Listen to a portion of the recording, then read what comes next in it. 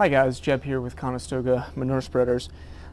Today I'm going to show you guys a little bit about our adjustable hitch. This is on our PTO models here, so this will be the C50, C80, C125, and C175. So just wanted to show you how it adjusts up and down. This is something that it's sort of a hidden feature in our line, but it can be really helpful, especially depending on how your tractor's set up with the PTO shaft. You might need a different height for your hitch.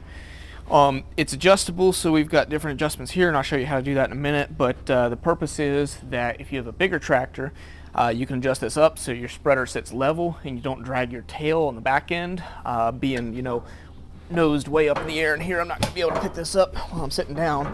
So imagine this is up in the air like that. I'll set that down gently. You don't want to be dragging your tail when you're going over hills and things like that. On a smaller tractor, of course, you may have to do the opposite. So the other factor is, depending on where your PTO shaft out of the tractor is mounted, you need to be sure that this lines up nice and easy. Hopefully you're not on too hard of angles. The ideal setup is not that way. So without further ado, let me fold this down, get the shaft out of the way, and we can get closer. Right, here's the hitch. Hopefully you can see my hands pretty well. Looks like so. Right here's the hitch that we're working with. So we've got adjustments both up and down. We set all of them out in the, I'm going to call it neutral or most level setting. Let me see here. So this is going to sit at a drawbar level, and the spreader is about level looking at it here. You're going to be about 14 inches right there is where this is going to set. So real simple, what you're going to do here, these are 3/4 inch on each side. I have an adjustable, which is not my preferred way of doing things, but it's what I had available. I'm going to get this nice and tight, make sure it's snug because I don't want that slipping. Something I want to point out real quick, there are nuts on this side and the bolt lags from this side. The nuts are flange nuts, or however you want to call them, serrated. They are supposed to grab and not get loose. So don't try to loosen this side. It's a lot harder. Try to loosen this side. It's going to be a whole lot easier for you. So what I'm going to do is I'm going to use this wrench. Let me loosen up and get on here nice and tight again. And my impact on this side, make sure I'm in the reverse, and I'm going to see if I can't get this loose. All right, there's one. You can see what I'm talking about here. Let's look nice and clear at this. So you see how that's serrated there? It's a little bit blurry there. There we go. So that's serrated so that it grips into the paint and the steel that we're working with, which is really ideal when you don't want it to come loose. But of course, when you're trying to take it off, it can be very difficult if you can't get it off. So that side does not spin easily, the other side does. There we go. I'm going to take that loose, take my other nut right there, I'll set that there so I keep track of it, and I can move this up or down. Let's see roughly what we would get in the downward position here. So I'm going to tuck the bolt through, and just to show you what we're working with, again, that way you can kind of understand there are two holes right here that we're working with. Whoops. And then we're taking the bolt, sticking the bolt straight through here, which also goes through these holes right here. So real simple, and we might as well put that one through a while.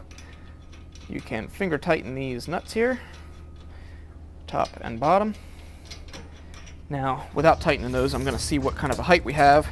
That brought our height down, whoops, to about the 12-inch height right there. You can see that. If we go up, I'm assuming these are in 2-inch increments. I've never personally measured. We can see how high it's going to be. So just push these bolts outside, back in here. All right, and I don't even have to tighten it down. We're just going to check and see. So right there, 16 inches. So 2-inch increments that you're working with.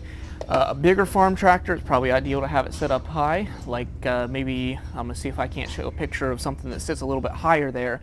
That way, and it may not be perfectly level at 16 inches, you may still be head up in the air a little bit. That's okay, but the goal is that you have it as level as possible. Okay, now we're going to get this remounted. You can see that this is the head of hitch that I got in my right hand, and then of course the hitch right here, it slides in between. This thing is pretty dusty.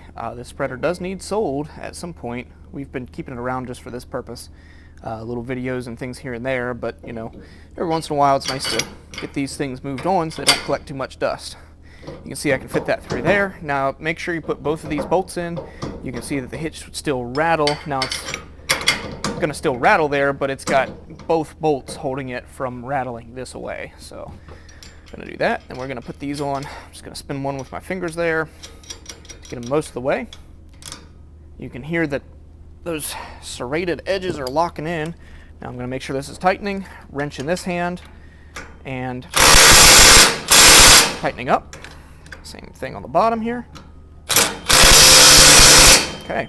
You want them to be nice and tight. I mean, there really shouldn't be a whole lot that would break these loose, other than you specifically taking them off to adjust ever again, which you shouldn't need to do. So you can see here, see if I can balance. I can put almost all my body weight on there without turning that loose. This is just a standard, I don't know what this is, a 10-inch wrench. So make sure those are nice and snug. You don't want your hitch coming loose. There is going to be a little bit of play, so when the pin is locked into the drawbar, your drawbar is going to be backed in like this with the pin. Of course, your drawbar is going to be under here. Your weight's going to be pressing this way. As the load gets to the back of the spreader, it's going to actually get light in the front, and your weight's going to be pressing down this way. So you just want to make sure this is nice and snug, not going to go anywhere. A little bit of wiggle is fine, just because that's the way that the hitch fits together. But these bolts themselves should be tight as can be.